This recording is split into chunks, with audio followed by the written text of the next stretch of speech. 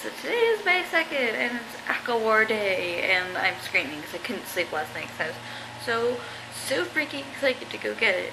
And I'm just trying to avoid spoilers at this point because I don't know if I'm going to buy the book today because I don't know if I want to see if I want to get a special edition or what. So I'm just going to see if I want to go and get a special edition from the bookstore down the street or if I want to get like one from Target. So I am ready in my Acowar green, and I'm so excited to get the book, and I will let you guys know when I get out of my final because I have a final today, which sucks because I just want Acowar to come out, and you know, it's actually 10 days until the new Paramore album comes out, so this is going to be like the month of reward for me, so yeah.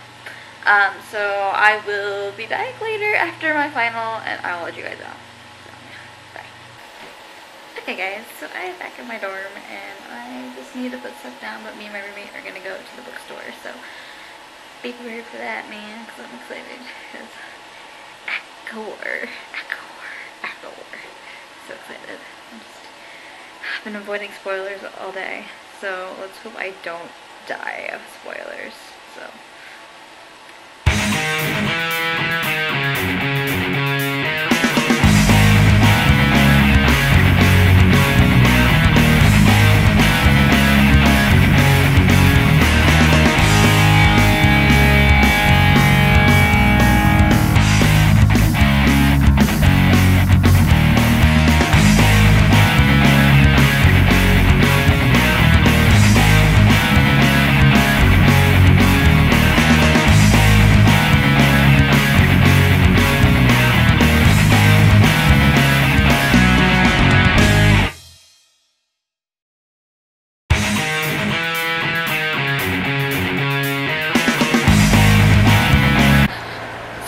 Didn't have it. So I'm sad, but I'll get it tomorrow maybe. So yeah, that was very uneventful. Okay, bye. So Julia got this big ass coffee from this crepe place. It's just fueling her addiction. Like, look how big that is. That's crazy. It is. I'm weird. And then there's me who gets her soda addiction. Hey guys, so I am here in a different part of the vlog because I did not get Acowar on the day that it came out. I was so pissed off because I couldn't get Acowar on the day that it came out, which made me very upset. But my roommate Julia was with me, as you can see, and we went to lunch and stuff. I ordered it on Amazon right after I got back from my excursion with my roommate, and I ordered the one-day shipping, and so that was Tuesday, and I didn't get it until today, which is weird, and I just literally wanted it so bad, and now that I do have it, it's here, and it's beautiful, and I'm like freaking out because I want it, but I want to talk about a few things first, because I haven't even started reading it yet. I just kind of just sat down, and I sat it down, and I have to pack up all of my stuff, so as you can see, all of that, and all of that is mine. I have to take it home because I'm leaving college. So yeah, don't know what I'm doing with everything, but so a few things about Acowar as I could see it from like the front. So when I opened my copy of Acowar, this happened. Look at that. I'm annoyed because Amazon freaking sent it to me. I'm sorry, I'm going on a rant about it, but it's like really making me mad. Amazon said they were giving me one-day shipping. I paid $7 for it just so I can get this copy, and I got it today instead of yesterday. And I was supposed to get here by 8 o'clock yesterday, 8 o'clock at night, but it didn't ship until 8 o'clock at night, and that pissed me off because I really wanted this copy of Acowar and I was not going to get any spoilers.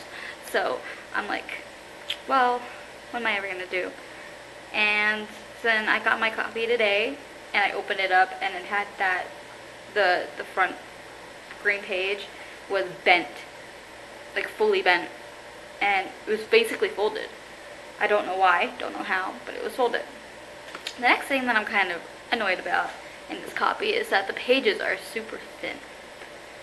Whereas in the other copies, they're thicker, and it made it look like it was like larger. This is what it looks like with the thicker pages.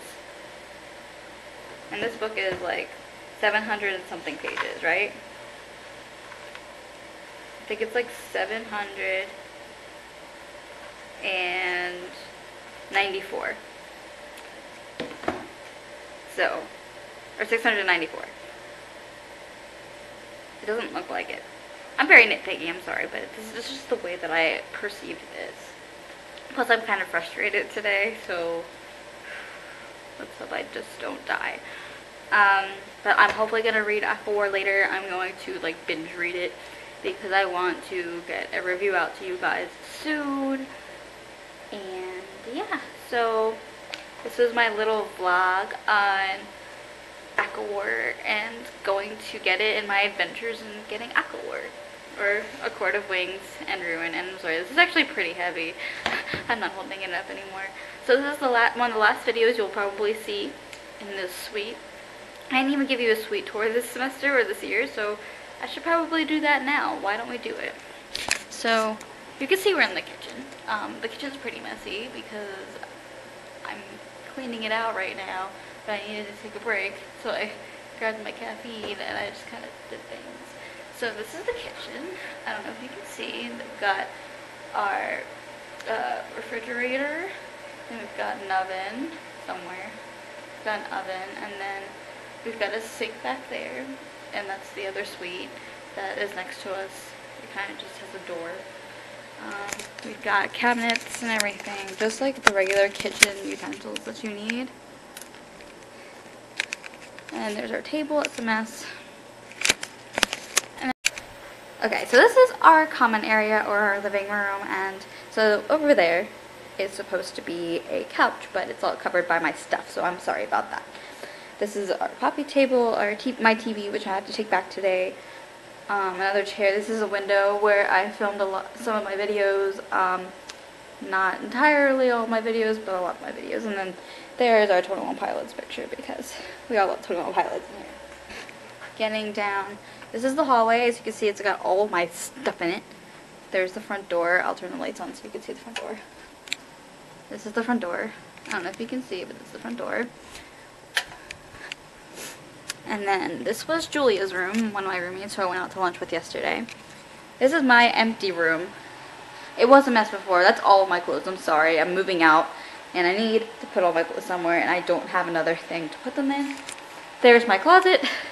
There is still stuff on top of there that I have to get, which reminds me I need to get that. My dresser, which still has something in there. I need to get my dad to get it out of there. My desk. And this is where the magic happens. This is where I film videos for you guys. See, look, this is where all the good lighting comes from. I have the window open because, you know, I need light in here because there's like absolutely no light because of that lamp. This is my bed, which again has all my clothes on it, so it's not that bad. Over here's the shower room. You can't really get in there because all of my stuff's in front of it. But that's just where all the shower happens. We just have a shower in there. And then this is the middle bathroom, or like the middle part of the bathroom, where it has a sink and it has cabinets and stuff, trash can, and a mirror, so that way you could do your hair here. Yes, I am wearing my Captain America medallion thing. I needed a place to put it.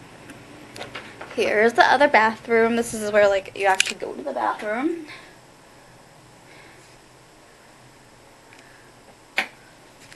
And then down here, we have where Lauren's room used to be. So Lauren, as in the Lauren that I talk about all the time. And this is Liz's room. She moved out yesterday along with Lauren and Julia. And yeah, she is down here. And this is the mechanical room. I don't know what it does. It just is kind of there.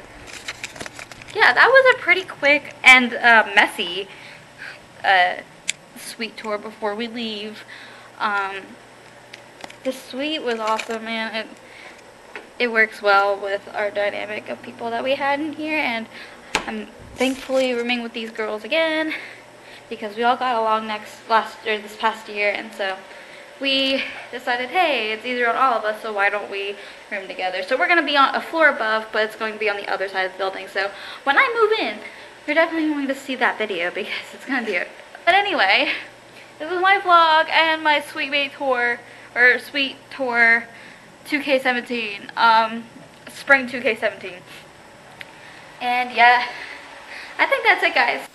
Hey guys, so today I am doing a review on a book. And I gave myself a few days to just decompress and to chill out from the ending of this series because this book killed me inside.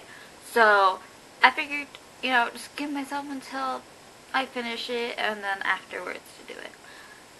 Now, the book that I'm talking about, eventually, is Court of Wings and Ruin by Sarah J. Maas. However you say her name. Anyway, so before I get into this, I'm going to say that it's going to have a lot of spoilers. And if you have not read this book, if you have not even gotten this book yet, I suggest you click onto another video because, hello, there's going to be spoilers, and I don't want to spoil anyone who hasn't read this book yet. So, yeah, about that. Another thing I wanted to say is I finished this on Friday, and I also went to the PA signing that she had, or the PA event that she had. I unfortunately couldn't get anything signed because you had to have a wristband, and they sold out by 10 o'clock that day, so I unfortunately couldn't get anything signed. But I still got to see her talk about the book, kind of, and like answer some questions, and so I'll get into that soon. So getting on to this book, I cried throughout this whole entire book. I'm just gonna piece it apart piece by piece because, as you know, I did my Acowar crackpot theories a little bit ago, or like the last video that I posted, and I said that Feyre wasn't going to be in the Spring Court that long, that she was going to be there and for maybe 100 pages or so, and then she's gonna be whisked away by Rhys or something. I was kind of right with that, actually, because it was a little bit after 100 pages that she left. And I was very happy that I predicted that, and I was very happy. So that's one of the things that made me very happy, was that she left the Spring Court, which pissed me off that she was even in the Spring Court in the first place, and that Tamlin O'Toole was there being a dick face. We'll get into Tamlin in a second, please. So then we get to her escaping the Spring Court with Lucien, which I think is kind of the best thing at this point, because Lucien is awesome. I love Lucien. I have a newfound appreciation for Lucien because he's just he's kind of like one of my children at this point. He's very adorable, and I can ship him with Elaine now, because now that I've read this book, but I will get into that whole pairing in a second. So they get caught by the Autumn Court by his ruthless brothers, but then one of his brothers lets him go. It's this whole thing, and then they end up getting to the Night Court after after they're being poisoned because Feyre can't speak to Rhys down the mating bond because of this it's kind of like wolfsbane. You're talking werewolf terms. It's like Feybane, where it's kind of like a plant that depletes their sense to have their powers. So Feyre can't speak good bond. She can't do her powers. Lucien can't have powers. So it's kind of a mess. But then she gets to the Night Court with Rhys, and they're reunited. And that that part just killed me inside. I've been waiting for that part for a year now, because since we've read A Court of Mist and Fury, at the end we know that she gives herself up to Tamlin, so that way Rhys and everybody else can leave. And I just was dying on the inside. She was there for a month. She was there at the Spring Court for a month, and I don't know how, but she didn't go insane. She did not scream. She did not freak out, and that's a true statement right there. So they get to the Night Court, and so they get to Bellaris, and they get to the House of Wind, and they find Feyre's sisters, and Lucien finds out that Elaine is there. Now, we know by the end of A Court of Wings, Mist and Fury, that Lucien and Elaine are mates. And then they were separated for a month because Rhys takes Elaine away, and then Tamlin takes Feyre away, so that way they can't really see each other. Lucien finds out that she's at the House of Wind, and it's kind of kind of heart-wrenching in a way, because you kind of want him to see her and have the mating bond snap into place, but at the same time you don't want to, because then you realize, oh shit, Elaine's still planning on getting married to that guy whose dad he hates Fae. He hates the fairies, whatever. So you're kind of like, oh, do we want her to go with the guy, or do you want him to go to Lucian? And at the same time, we see Elaine kind of folding in on herself. She's kind of going insane, and I think Sarah wrote that very well, because when you go through something traumatic like going through the cauldron like Nesta and Elaine did, it can give you PTSD, and she was kind of going through something like that. Like, she wouldn't really speak, she wouldn't really do anything, and that really, really hit the nail on the head. I really liked that. I really like this book in general, so there's gonna be like a lot of me talking about how much I like this book. So, getting out of that, the whole battle aspect that they had, so Hybern basically was going to take over the world. They wanted to take over the human lands, and so all the courts were fighting against Hybern, except for the Spring Court, because the Spring Court got destroyed by Feyre and Tamlin in his own idiocy. I hate Tamlin. I really hate Tamlin. Also, another thing that happened that I really, really, really was happy about. The King of Hybern died, and I was really predicting he was going to die in my predictions video, which if you haven't seen that, I'll probably link that down below, or I'll link it in a card or something. I'll figure it out. And Ianthe died. I was waiting for that bitch to die for the longest time, and she died, and I was like, thank the Lord above. Like, thanks the High Lords, because she deserved to die. She was a complete utter bitch. I hated her, and she got what was coming to her, because Feyre got her revenge on her once, where she broke her hand, and then she actually got her killed by the Weaver. Now, the Weaver, we find out, is a sister to the Bone Carver, which the Bone Carver comes back from the first book, and all this shit breaks loose. And basically, the Bone Carver gets broken out of that prison and helps fight on the side of the courts against Hybern. And then, yeah. So, if we're talking about that, we're talking about the cauldron and how it got broken apart, and how Feyre had to fix it, and how Amren had basically deceived everyone.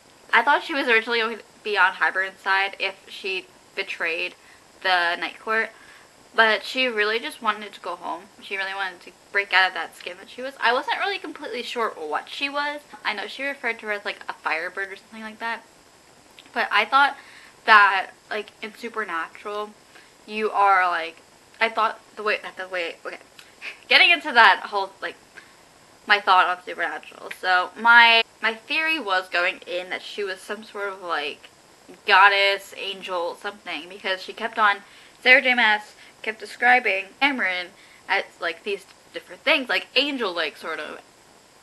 It made me think, like, well, what if she's an angel? What if she's just, like an angel trapped in a Fae body, and she can't get out? I still wasn't sure what exactly Amren was. Like, I was really confused by the end of the book, but, like, I kind of figured it out. Like I'll figure it out in the next few books. And speaking of, so, at the signing, she answered questions about, like, novellas and stuff, and they're gonna be novellas, but they're gonna be, like, really big novellas. Like, so, in, like, The Assassin's Blade is a big novella, but, like, they're gonna have individual couple novellas. Like, the first one's gonna be about Nesta and Cassian, and then it's gonna be, like, Amren and whoever. I'll talk about the ending real quick. So the ending I was really sad about, because it was a parallel to A Court of Thorns and Roses. The end of A Court of Thorns and Roses. Because we see at the end of A Court of Thorns and Roses is that, Feyre ends up dying, completing these tasks for Amarantha, and we see that all the High Lords give her a piece of their power to make her a High Fae. And so that is a parallel to the ending of A Court of Winds and Ruin, because we find out that because Rhys was helping Feyre fix the cauldron, that he ends up depleting all of his power and ends up dying. And she's like, you guys gotta do what you did for me. You have to give him a piece of your power, or at least help him come back to life. And that's basically what Rhys did for everybody in the A Court of Thorns and Roses. And yeah, and that was like a complete and utter parallel, because they all gave him his power, but he ended up just getting his Night Court power back, and he ended up coming back to life. and it was just, that part made me cry out, tearing up just thinking about it. Because I love Reese so much, and when I read the sentence that Reese was dead, I was like, my son. But then once they brought him back to life, I was happy again, and I was happy the war was over and they all got to be happy again. I'm planning on giving this book 5 out of 5 stars because it killed my soul, and it was a great ending to a trilogy. I think it was one of my favorites in, well, I don't know if it's a trilogy. It was my favorite book in this series, and I mean, I don't want to say anything more because I know there's going to be novellas coming out, or there's going to be like individual books coming out. I give this book 5 out of 5 stars. I really, really enjoyed this book. I cried. I laughed. I destroyed my soul while reading this book. So, my name is Olivia. You're on Bookish for Kids Science channel, and I hope to see you soon in another video. Bye.